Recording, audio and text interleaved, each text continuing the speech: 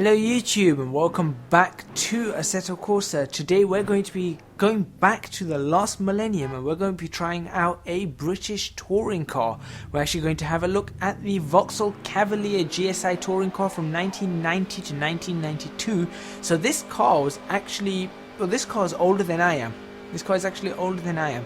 Weighing in at 1,020 kilograms, this car produces 290 brake horsepower at 5,500 RPM, and that comes from a 2-litre inline-4 Opel engine, I believe. So that's what it came with, and that also produced 178 Newton meters of torque at a much lower 3,000 RPM. You can see that this car is a touring car. This isn't a race car like a Formula 1 car or a high-performance car.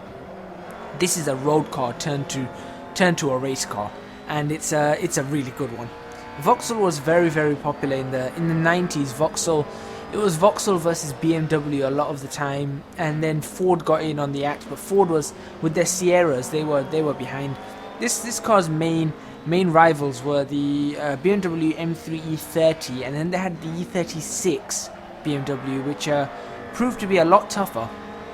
It was a much tougher car to race against for these Cavaliers. The Cavalier didn't have a facelift. It had a facelift in 1993, and then it raced all the way through, I think, 1996.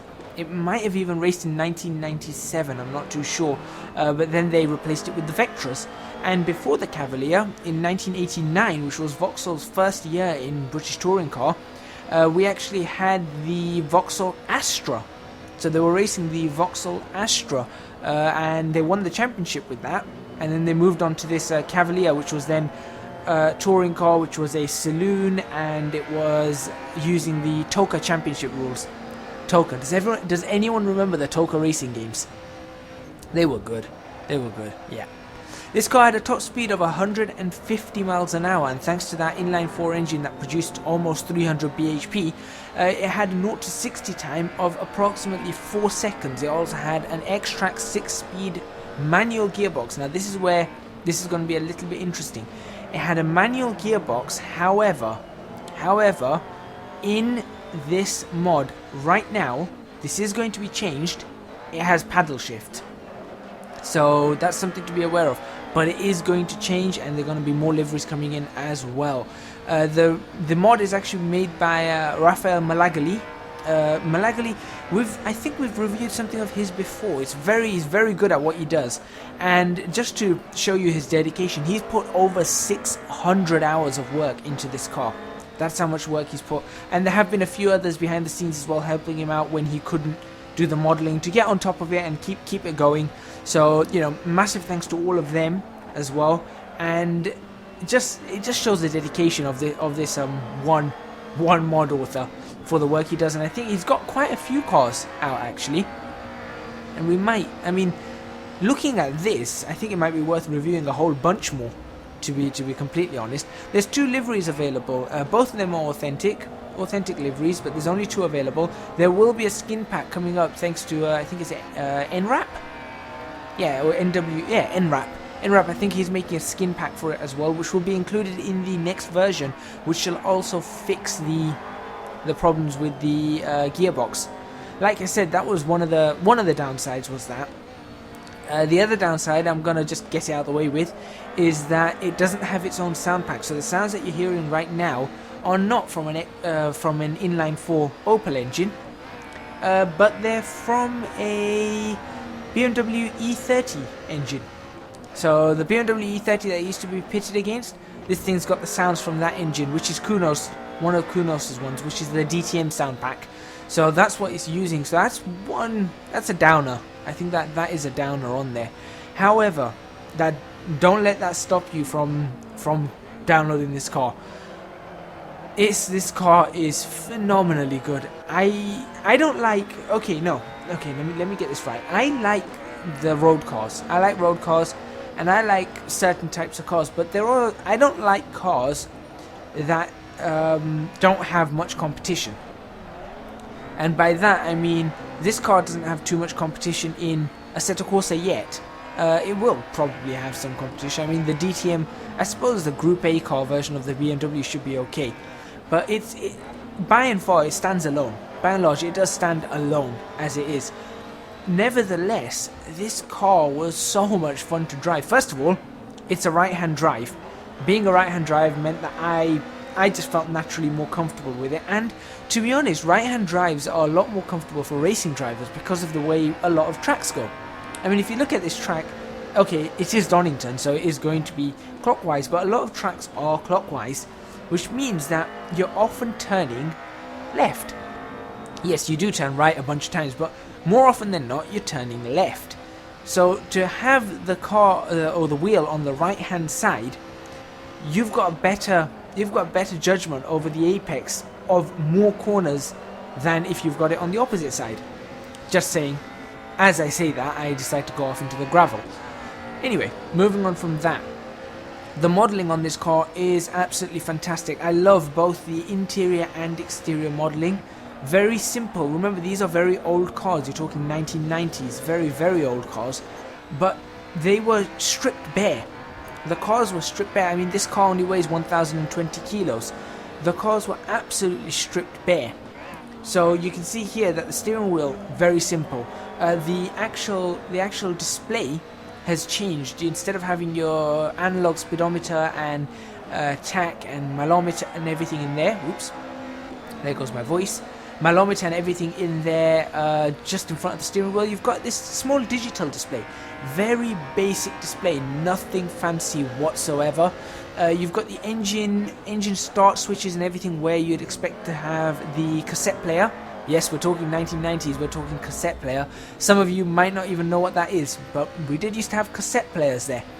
So you'd have that, and it looks like even the heating vents on one side they're gone. The hazard warning light is still there, which is impressive. I do remember having cars, in fact my car has a hazard warning light button right there in the middle as well. But I remember some of them used to have them there. Other cars used to have it on the steering wheel, on the actual steering column. You used to have to press it in the middle. That was a bit difficult when you had to press it in an emergency. So I suppose that's why they moved it into the middle, which was a much better place for it to be. Rear view mirror works fine. All the mirrors that I checked, they all seem to work fine. And it's got all the updates to make it look like a race car. You can see a roll cage in there on the inside, and on the outside you can see it does look like a race car. There's minor updates to the car. It wasn't a massive change from the actual car, but there were minor updates on the front, the vents, the grills, the ride height's a little bit lower, suspension is stiffer, all those kind of things, all included to keep the car in a race condition. What I did notice is there's no spoiler on the back. Now this car, that tells me that this is definitely from As I Slide. This car would be from, I think this variant would be 1991 perhaps. Because I think in 1992, at the end of 1992 and 1993, where they updated the car, they did have a spoiler on the back, a small one, small rear wing, but they did have one. So that's something to note. I do kind of like it with the spoiler, but without the spoiler, hey, that's how it was. And it's a very popular car. Vauxhall Cavaliers were very, very popular cars, and Vauxhall were very, very good in British Touring Car Championship. I mean, this car is actually quite interesting because not only did it, win championships and things like that, and face off against BMW, which was a massive, I think it was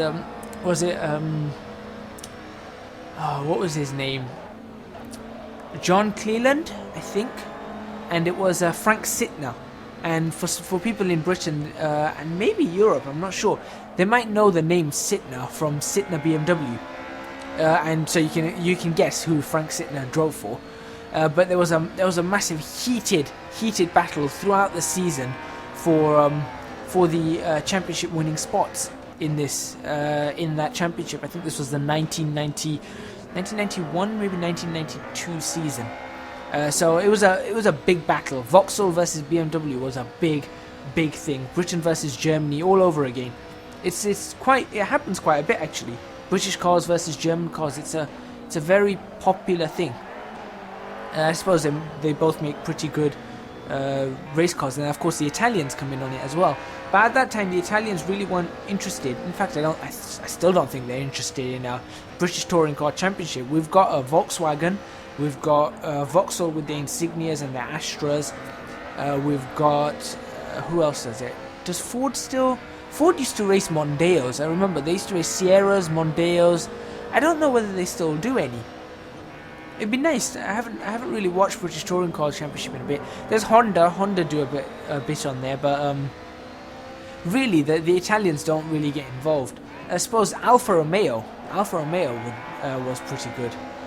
I don't know whether they ever did British Touring Car Championship, but Alfa Romeo was pretty good. I think they did actually. I do recall an Alfa Romeo at one point. Was it a 155 maybe? I can't remember exactly, but we're talking about this car, not that. Moving on to texturing. Texturing all around is fantastic. The two liveries look, like I said, authentic. All the sponsors are there. Everything looks absolutely fantastic. Inside as well, all the steering wheel looks like it's made out of a fabric material, maybe a suede or something, rather than a plastic.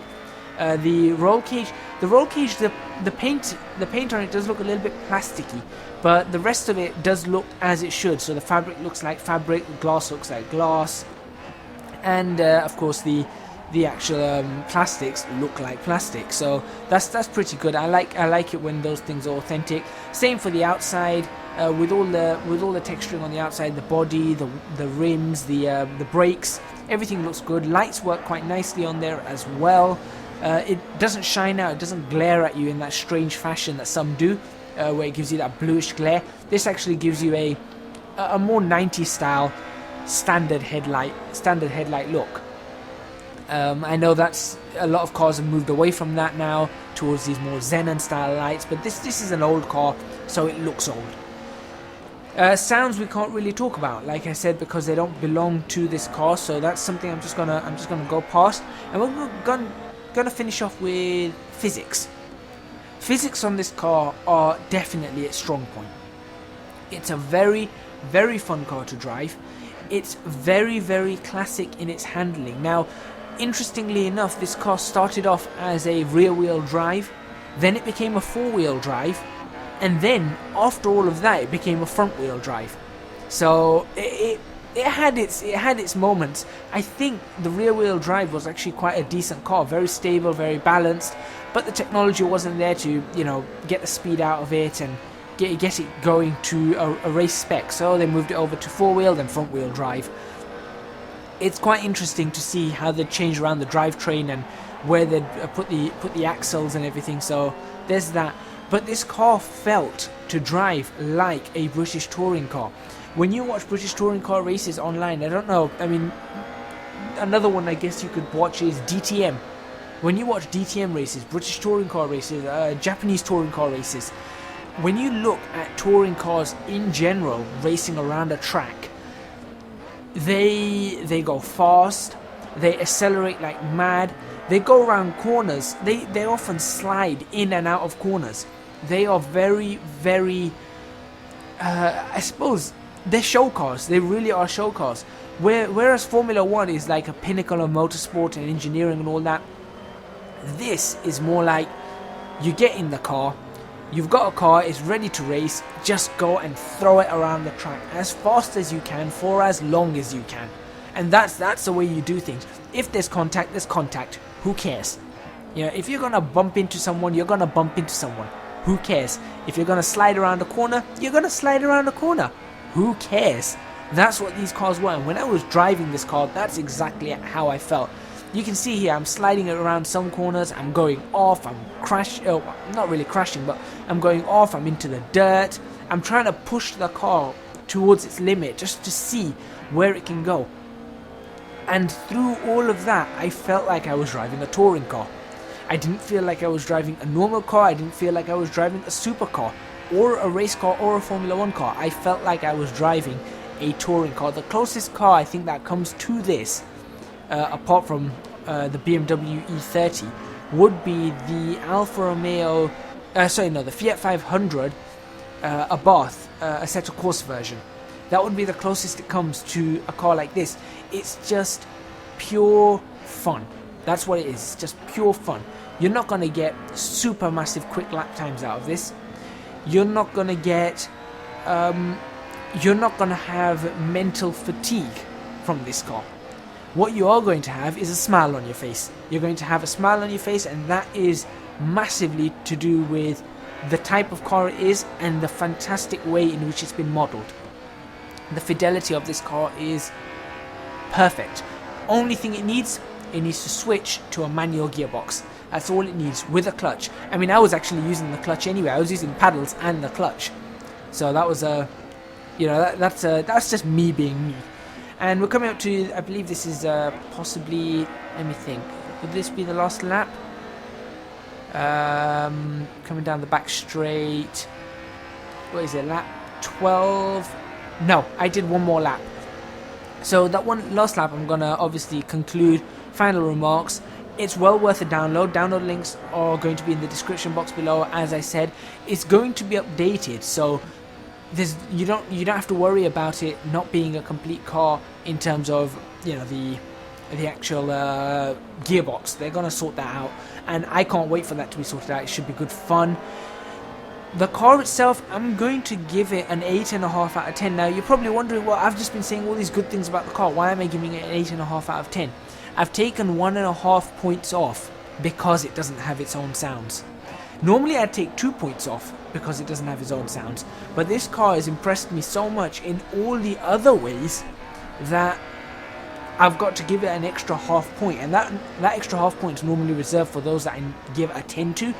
So if this car can end up with pretty good sounds as I start sliding all over the place, my tyres are gone now.